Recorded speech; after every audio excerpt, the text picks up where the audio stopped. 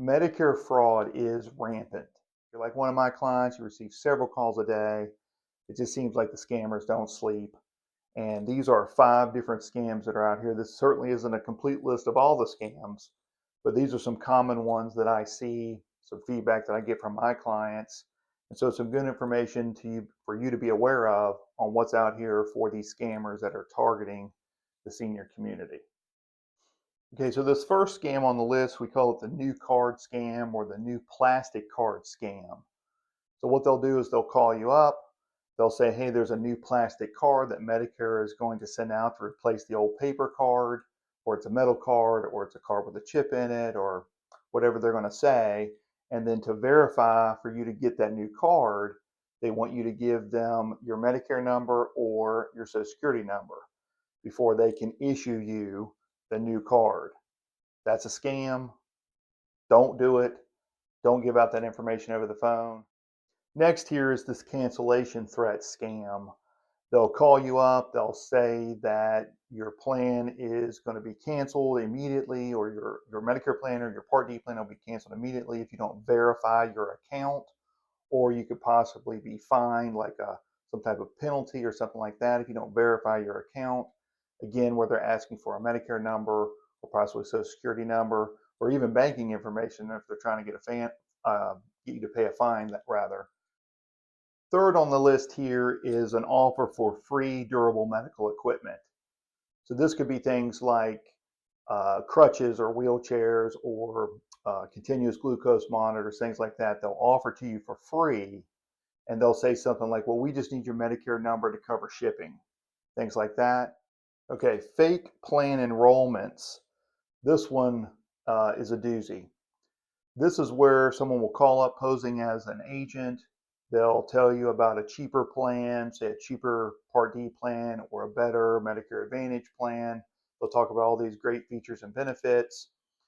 They'll get your Medicare number from you, and then they can actually move that person over to a different plan if there's an enrollment period in there.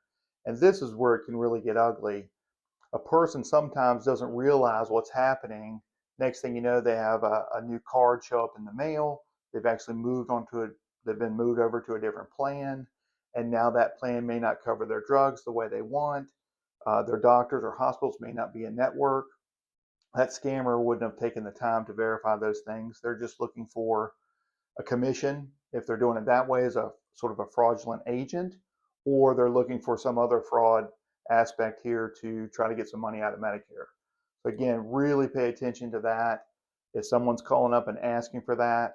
And then another quick point on this, on a lot of these, they can do phone number spoofing, where when they call you, it may show Medicare on your phone to make them seem legitimate. Again, be aware, Medicare is not going to call you directly. They're going to communicate typically through mail. So if someone's calling you and they're asking you for any of these things, just keep your guard up, have your radar on for scam alert. Okay, here's one that's particularly egregious, the refund scam.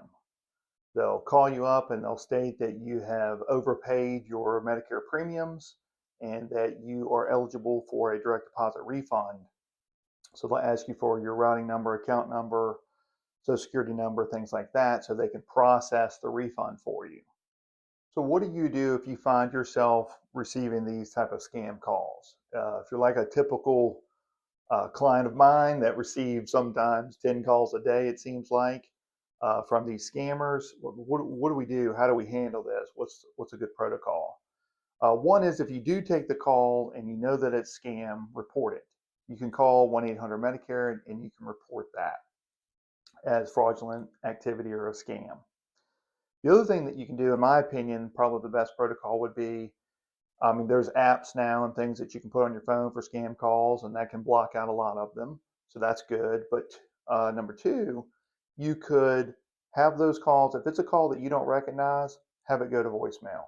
If it's somebody that knows you is calling from a different number, or if it's an important call, they'll leave a message.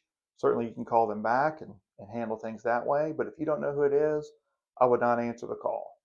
Unfortunately, it's just where we are today with the amount of scammers out here that are targeting the senior community, and you can't be too careful for things like this.